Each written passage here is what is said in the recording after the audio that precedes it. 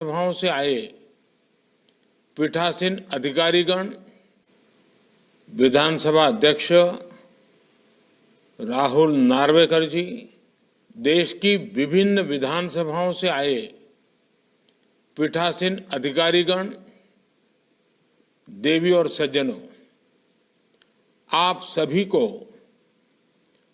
All India presiding officers conference के लिए बहुत बहुत शुभकामनाएं।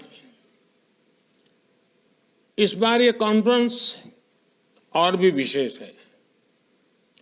ये कॉन्फ्रेंस 75वें गणतंत्र दिवस के तुरंत बाद हो रही है। 26 जनवरी को ही आज से 75 साल पहले हमारा संविधान लागू हुआ था, यानी संविधान के भी 75 वर्ष हो रहे हैं। मैं संविधान सभा के सभी सदस्यों को भी देशवासियों की तरफ से श्रद्धापूर्वक नमन करता हूं। साथियों, पीठासीन अधिकारियों की इस कॉन्फ्रेंस के लिए हमारी संविधान सभा से सीखने को बहुत कुछ है। संविधान सभा के सदस्यों के सामने इतने सारे विचारों, विषयों और मतों के बीच एक राय बनाने की जिम्मेदारी थी और वो उस पर खरे भी उतरे। इस कॉन्फ्रेंस में उपस्थित सभी पीठासीन अधिकारियों के पास यह अवसर है कि वो एक बार फिर संविधान सभा के आदर्शों से प्रेरणा लें। आप सभी अपने कार्यकाल में भी कुछ ऐसा प्रयास करें जो पीढ़ियों के लिए एक धरोहर बन सके। साथियों, मुझे बताया गया है कि इस बार मुख्य रूप से विधानमंडलों की कार्य संस्कृति एवं समितियों को और प्रभावी बनाने पर चर्चा होने वाली है। ये बहुत ही आवश्यक विषय है। आज जिस प्रकार देश के लोग जागरूकता के साथ हर जनप्रतिनिधि को परख रहे हैं, उसमें इस तरह की समीक्षा और चर्चाएं बहुत ही उपयोगी होगी। कोई भी जनप्रतिनिधि सदन में जैसा आचरण करता है, उसके देश की संसदीय व्यवस्था को भी उसी तरह से देखा जाता है। सदन में जनप्रतिनिधियों का व्यवहार और सदन का वातावरण निरंतर सकारात्मक कैसे बना रहे, सदन की प्रोडक्टिविटी कैसे बढ़े, इसके लिए इस कॉन्फ्रेंस से निकले ठोस सुझाव बहुत मददगार होंगे।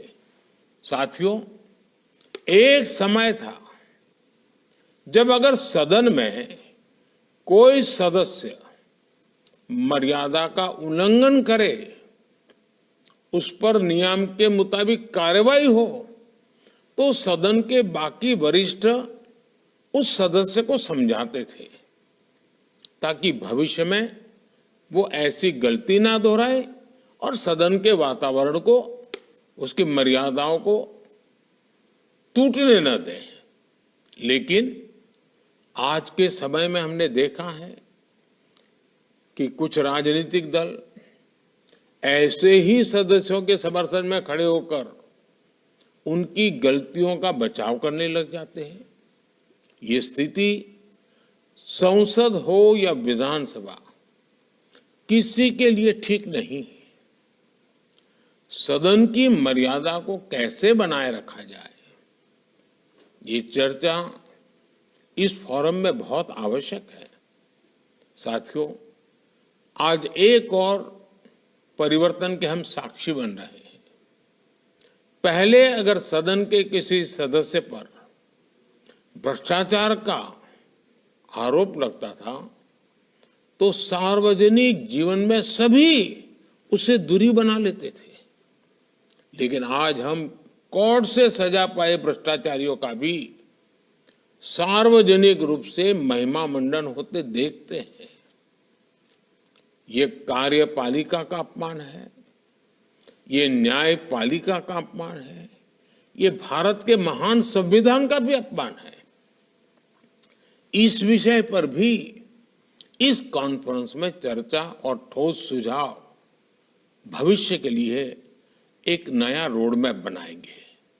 साथियों, अमृत काल में आज देश जिन लक्ष्यों को तय कर रहा है, उनमें हर राज्य सरकार और वहां की विधानसभा की बहुत बड़ी भूमिका है। भारत की प्रगति तभी होगी जब हमारे राज्यों की प्रगति होगी, और राज्यों की प्रगति तब होगी जब इनकी विधायिका और कार्यपालिका साथ मिलकर अपने विकास का लक्ष्य निर्धारित करेंगे।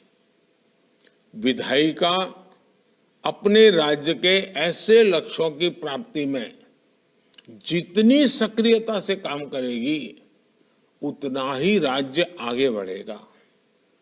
इसलिए समितियों के सशक्तिकरण का विषय आपके राज्य की आर्थिक प्रगति के लिए भी अहम है।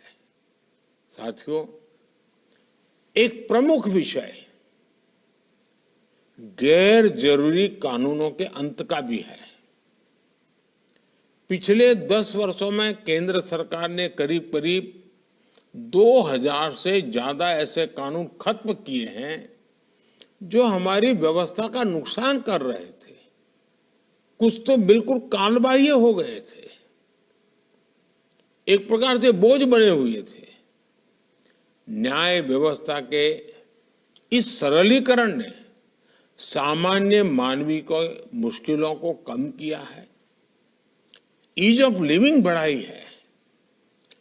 पीठासीन अधिकारियों के रूप में अगर आप ऐसे कानूनों का अध्ययन करवाएं, उसकी सूची बनाएं और अपनी अपनी सरकारों के ध्यान आकर्षित करें,